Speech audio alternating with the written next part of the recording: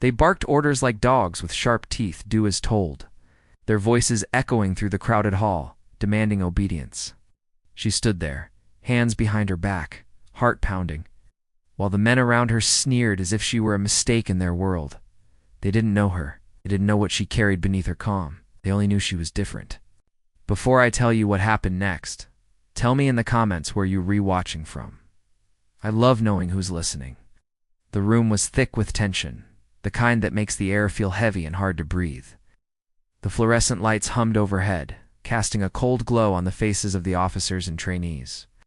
The scent of stale coffee and sweat hung in the air like a reminder that this place was built on endurance, not comfort. Her uniform was crisp, her posture perfect, but inside, she felt like a storm waiting to break. She had been undercover for months. No one knew her real rank. No one knew she was an admiral. No one knew she was a Navy SEAL. She had been sent to the training facility to observe, to learn, to see how the new recruits were being shaped, how the system treated those who didn't fit the mold. And now she was standing in front of a group of officers who thought they had the power to break her. They were loud. They were confident. They were used to being obeyed. They had built their careers on the belief that authority was a weapon and that those beneath them existed to be controlled. The way they spoke to her, the way they leaned into her space, the way they laughed at her questions, it all felt like a trap designed to see if she would crack. She could feel the eyes of the room on her, watching for a sign of weakness. Her hands trembled slightly, just enough to remind her that she was human. She had spent her whole life learning to control her body, her emotions, her fear. But she was not immune to the weight of this moment.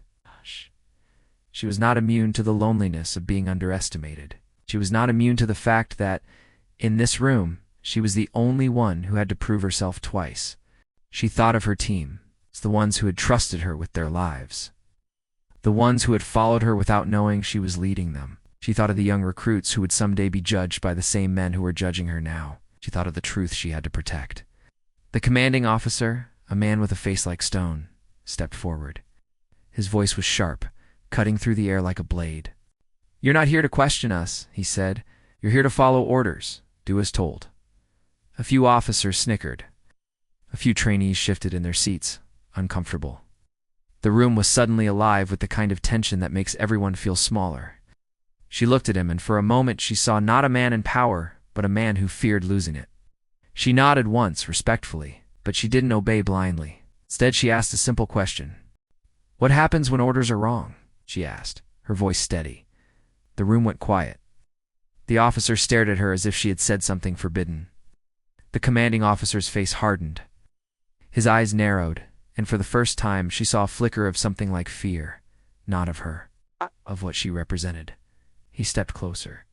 "You think you know better?" She didn't answer immediately. She watched him, studying his posture, his breathing, the way he held himself like a man who had never been challenged.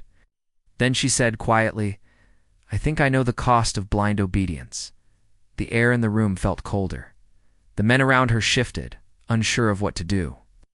The commanding officer looked as if he was deciding whether to punish her or ignore her.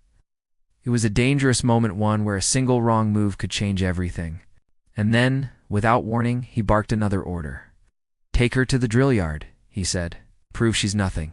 She was escorted out, the door slamming behind her. The sunlight hit her like a shock. The wind moved the dust across the ground in small, swirling patterns. The drill yard was filled with trainees, their faces set, their bodies tense with anticipation. The instructor shouted commands, and the air filled with the sound of boots hitting the ground in rhythm. They boxed her in. A group of trainees formed a tight circle around her, closing in like predators. Their eyes were sharp, their bodies were ready. The air was thick with the smell of sweat and fear. She could feel the pressure of their presence like a physical weight. She thought of turning away, of walking back to the building and accepting the humiliation. She thought of the ease of giving up. But she didn't. She remembered the lesson that had brought her here, that leadership isn't about being obeyed. It's about doing what's right even when no one is watching. She took a deep breath. She moved. At first she moved like someone trying to escape, but then she changed her rhythm. She started to move with purpose. She used the tactics she had trained in, the ones that had kept her alive in the most dangerous missions. She shifted her weight. She used their momentum against them. She created openings where there were none. The trainees tried to react. They moved like a wave, coordinated but rigid. She slipped through them, one by one, her body moving with a quiet confidence that surprised even her. The circle broke. The trainees stumbled, confused. The instructor stopped shouting, watching. The commanding officer's voice echoed across the yard. "Stop her," he ordered. But it was too late. She had already reached the center of the yard, standing alone in the open, her chest rising and falling as she caught her breath. The wind moved through her hair. Dust drifted in the sunlight like a halo. And then, from the shadows of the building, a figure stepped forward. It was the Admiral herself. The commanding officer froze. The trainees stared. The room, the yard, the world seemed to tilt.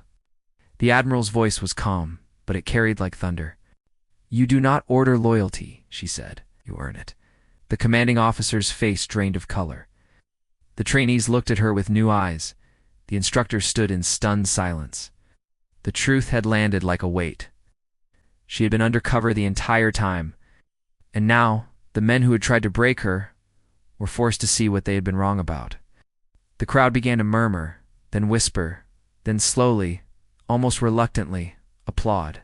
Not because she had proven she was powerful, because she had proven she was human, because she had shown them that respect is not demanded, it is earned. Bold truth, line universal and punchy. Because authority without empathy is just control, and control never lasts. And as the sun dipped low and the shadows grew long, she stood in the yard, still breathing, still steady, knowing that the world had finally seen her for what she truly was. If this story moved you, leave a comment and tell me what part hit you the most.